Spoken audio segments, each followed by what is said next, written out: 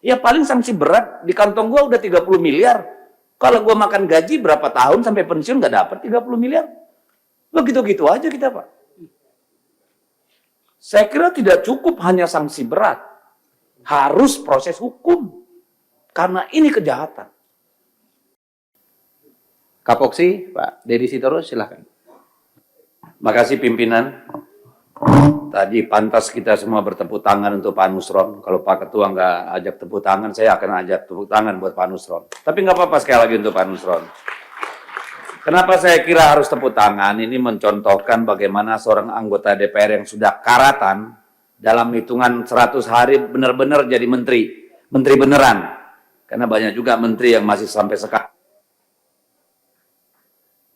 Lihat sekali bahwa Pak Nusron menguasai dengan sangat baik semua isu-isu yang dipaparkan kepada kita, daging semua. Bahkan ketika menyembunyikan sesuatu pun datar, sehingga seolah-olah kita nggak sadar gitu. Untuk itu, saya terima kasih Pak Nusron, banyak hal yang sudah disampaikan. Nah, pertama saya ingin tanya terkait anggaran. Di sini kan tentu anggaran itu kan kemudian ada output atau outcome. Saya tidak akan mengatakan pemotongan efisiensi anggaran itu sebagai efisiensi karena sampai 41% hampir 42,76 kalau nggak salah itu sudah pemangkasan anggaran. Pertanyaan saya, apakah juga mengubah rencana kerja dari ATR BPN atau masih tetap yang kemarin? Itu real supaya kita nanti dalam evaluasi tidak menyalahkan Pak Menteri. Ngajukan mobil speknya ya dengan CC 3.300. Lalu nanti kita audit kita laporkan dengan CC 1.500, kan nggak fair. Ya, jadi saya ingin tahu konsekuensi dari pemangkasan anggaran itu ya terhadap capaian-capaian yang diusulkan berdasarkan rencana 2025 yang disusun tahun 2024. Itu yang pertama. Dan sini saya juga mau sampaikan bahwa jangan lupa bahwa APBN kita itu juga mendorong sektor real. Sehingga harus juga diperhatikan pengaruhnya terhadap ekonomi real. Yang kedua Pak Nusron, saya menangkap semangatnya tadi secara substansial, bicara tentang keadilan pertanahan, juga kepastian hukum, dan soal sosiologis ketika bicara tentang katakanlah hak apa yang sudah terbitkan nih, hak ulayat, tanah ulayat. Cuma yang menjadi pertanyaan saya, kenapa hanya Kalimantan Barat nih? Apakah ini ada proses di mana pemerintah daerah atau provinsi terlibat, sehingga kemudian mereka lebih dulu? Karena saya kira problem di Kalimantan Selatan, Tengah, Timur, dan Utara juga banyak sekali terkait tanah ulayat. Apakah tidak ada usulan dari sana, Pak Menteri? Ya, ini kan perlu menjadi perhatian kita. Soal tanah ulayat ini, karena kita semua tentu paham bahwa persoalan tanah konflik agraria adalah bom waktu bagi negara ini. Ketika populasi terus bertambah, tanah semakin sedikit, ya, perubahan terjadi dalam dunia industri dan sebagainya. Orang untuk makan perlu tanah. Itu harus kita ingat. Jadi ini adalah sumbu ledak yang kita nggak tahu kapan akan meledak di negara ini. Sehingga perlu hati-hati dalam soal keadilan agraria. Kemudian Pak Menteri, saya juga sangat tertarik dengan plasma dan inti. Di dapil saya Pak Menteri, tidak ada plasma yang beruntung Pak. Setiap tahun per keluarga rata-rata hanya menerima 100-200 ribu per bulan, Pak, untuk 2 hektar tanah plasmanya. Saya mohon semua di Kalimantan Utara diaudit, Pak. Karena selalu alasannya rugi, perusahaan rugi, masyarakat masih punya utang. Sampai kapan mereka harus menderita? Mending kembalikan 2 hektar itu mereka kelola sendiri. Kenapa jadi rakyat yang berutang di bank untuk plasma? Padahal tanah ulayat, tanah milik sendiri. Ini saya kira Pak Nusron, saya sangat butuh perhatian khusus dari Kementerian Agraria di Kalimantan Utara ini Pak, ada satu kabupaten Malinau lebih luas dari Jawa Barat Pak. Penduduknya hanya 85.000 kurang. Tanahnya terdiri dari mungkin 70% hutan, 29%-nya konsesi, tambang dan segala macam, cuma mungkin di bawah 5% yang diduduki masyarakat. Padahal di sana, di Kalimantan Utara ini, ada PSN yang besar sekali Pak, yang pasti orang kampung, masyarakat adat nggak akan bisa berpartisipasi kecuali menjadi security atau cleaning service Pak. Saya mohon ada keadilan untuk rakyat di sana, dan saya lapor juga Pak Menteri, sahabat saya ini, belum ada kantor wilayah Pak di Kalimantan Utara Pak. Padahal Papua itu saya lihat ada beberapa sudah, padahal lebih dulu Kalimantan Utara dimekarkan tapi nggak ada kantor BPN wilayahnya. Jadi kalau ada pembagian sertifikat itu mungkin 80% diambil sama Kaltim Pak. Kaltaranya nggak kebagian. Ya, itu problem. Lalu kemudian ini terkait tadi Bapak menyinggung ada kerjasama sekarang tambahan Kementerian Transmigrasi Pak. Mohon perhatiannya Pak untuk Kalimantan Utara ya, supaya kalau ada di sana program transmigrasi mohon disampaikan, bukan kewenangan Pak Nusron. Saya berharap itu 60-40 Pak. Ya, either masyarakat setempat 60, 40-nya masyarakat transmigrasi. Jangan sampai ada ketidakadilan yang nanti tahun-tahun mendatang bisa memicu konflik. Ini harus kita perhatikan. Yang ke-6 terkait Satgas Kelapa Sawit, Pak. Pertanyaan cepat, Pak Nusron. Apakah di dalamnya ada Kementerian Keuangan, Pak? Ada. Baik. Ini terkait juga, Pak, karena menurut saya, ini kalau nggak ada cerita penegakan hukum, Pak, persoalan kayak gini akan terjadi terus. Saya mohon diaudit Pak, dan negara menghitung apakah sudah bayar pajak dengan benar juga ini. Jangan cuma haknya untuk mendapatkan sertifikat, kewajibannya pada negara bagaimana selama ini. Termasuk saya mohon Pak, semua HGU, kelapa sawit, HTI, dan sebagainya, apakah sudah dipetakan dengan benar.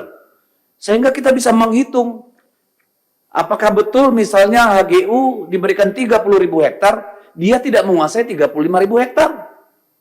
Sehingga 5.000 hektar itu selama ini tidak membayar pajak kepada negara. Ini kan sedang dibutuhkan negara, Pak. Itu salah satu cara untuk menambah pendapatan negara dari orang kaya, gitu, yang menipu terutama. Lalu kemudian soal tentu ini soal tadi disampaikan Pak Nusron yang lagi rame ini soal pagar laut. Tadi mau saya tanya, ternyata semua yang sedang diributkan ini tidak satu pun di kawasan PSN ya Pak Nusron. Dan kemudian tentu menjadi pertanyaan apakah ini bagian dari siapa? Apakah mafia tanah itu sendiri? Terlepas dari PSN atau tidak? Mungkin Pak Nusron tidak perlu sampai ke sana, tapi saya mau mempertanyakan Pak Nusron. Di sini kan disebut ada pembatalan hak HGB dan hak milik, tapi tidak disebutkan luasnya berapa Pak Nusron. Hanya disebutkan ada 50 total bidang. Tapi berapa luas itu Pak Menteri? Ya, kita pengen tahu itu berapa luas. Kemudian, dulu pertemuan pertama kita Pak Menteri, saya mengatakan bahwa tidak akan ada mungkin mafia tanah, tidak akan ada konflik kalau tidak ada keterlibatan insan BPN. Dan hari ini kan itu terbukti. Ya. Tetapi yang menjadi pertanyaan saya, ini kenapa sanksi berat? Apakah ini persoalan administrasi atau persoalan pembegalan hukum, Pak? Tidak ada mens rea di sini untuk keuntungan pribadi atau kejahatan hukum. Kalau hanya sanksi berat, Pak, ini akan berulang terus di mana-mana, Pak. Kalau hanya inspektorat yang turun, tidak akan ada yang namanya efek jerah. Ya paling sanksi berat, di kantong gua udah 30 miliar. Kalau gua makan gaji berapa tahun sampai pensiun nggak dapat 30 miliar. Begitu-gitu aja kita, Pak. Saya kira tidak cukup hanya sanksi berat. Harus proses hukum. Karena ini kejahatan. Bukan malpraktek. yang hanya berkonsekuensi sanksi. Ini saya kira perlu menjadi perhatian, Pak. Ya, termasuk yang di Surabaya dan sebagainya itu, termasuk yang Bekasi tadi. Kalau nggak bisa dibatalin, Pak, itu yang menerbitkan sertifikatnya, proses hukum dulu, Pak. Sehingga bisa dibatalkan bahwa itu produk cacat hukum. Jangan nunggu fatwa dari kejaksaan, Pak. Duit mereka lebih banyak, Pak. Saya minta, mohon, ya udah proses hukum, Pak. Sehingga bisa dibatalkan itu. Karena soal ruang abu-abu aturan kita ini, Pak, sangat mudah dimanipulasi, Pak. Semua ada bohirnya, mau bikin PP, mau bikin perpres, mau bikin apa, semua bisa-bisa aja. Jadi saya sangat berharap penegakan hukum di sini, Pak, supaya ada efek jerah, Pak Nusron. Supaya Bapak bisa memulai, ya, memimpin ATR BPN ini dengan legacy, Pak. Pembersihan di dalam, Pak. Narasi penegakan hukum itu harus sangat kuat. Sehingga semua yang ada di layar ini sekarang, semua punya rasa takut, Pak. Tinggal minta sama negara, kalau perlu nanti gaji dan insentifnya setara dengan Kementerian Keuangan. Kenapa tidak? Di luar itu jangan coba-coba, gitu loh, Pak. Karena tanah adalah kehidupan. Kalau dimain-mainin, Pak, orang siap mati, Pak. Apa belum banyak bukti konflik tanah nyawa meregang? Masa kita harus hadapkan polisi sama rakyat terus hanya gara-gara soal pertanahan? Di baliknya ada orang-orang serakah. Narasi penegakan hukum di BPN Agraria harus sekuat-kuatnya, Pak. Kalau ibarat korporasi ini, Pak, nggak usah pakai ini langsung pecat, Pak. Nggak ada sanksi-sanksi berat. Jelas, bawa ke jaksa, bawa ke KPK, Pak. Harus gitu, Pak Nusron. Supaya Pak Nusron betul-betul dikenang sebagai kita, sesama politisi maupun rakyat, sebagai individu yang berhasil melakukan reformasi terhadap ATR BPN, Pak. Selama ini kita menganggap semuanya adalah sarang mafia, Pak. Mohon maaf saya, banyak sekali orang baik di BPN Agraria, Pak. Tapi kita lihat kejadian-kejadian bertahun-tahun ini kan nggak beda dari satu menteri ke menteri lain.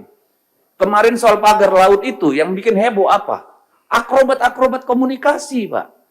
Ada yang ngaku bekas tambak, bekas abrasi. Ada yang tiba-tiba dicabut, ada yang nggak setuju dicabut. Ada yang ngaku ini, ngaku itu, akrobat, Pak. Itu yang membuat heboh yang mereka-mereka, bukan rakyat. Jadi dalam soal pagar laut ini pun, Pak, ya, kami berharap penegakan hukum. Ini jangan hanya orang agrarianya yang kena, Pak. Yang bikin sertifikatnya kok lolos. Bersama-sama melakukan kejahatan kok. Mana mereka-mereka itu? Jangan kesalahan ini ditimpakan hanya kepada BPN Agraria, ATR Pak Nusron. Tadi saya singkat mendengar sudah setahun itu dikerjakan oleh Bareskrim. Lah, urusan kayak begini 1 tahun Bareskrim nggak kelar. Kan gila itu. Apa kita harus ganti Bareskrimnya? Kan ini persoalan kalau begini. Inilah realita pahit di lapangan, Pak. Semua bisa dibengkok-bengkokin. Hanya rakyat yang nggak mampu, Pak. Mereka hanya mampu diseret, dipukul ketika tanahnya mau diambil. Kalau bukan kita, lalu siapa yang bela mereka? Saya kira harus kuat, Pak Nusron, narasi penegakan hukum dalam urusan-urusan ini. Terima kasih, Pak Nusron. Mohon maaf kalau kurang berkenan semua. Terima kasih.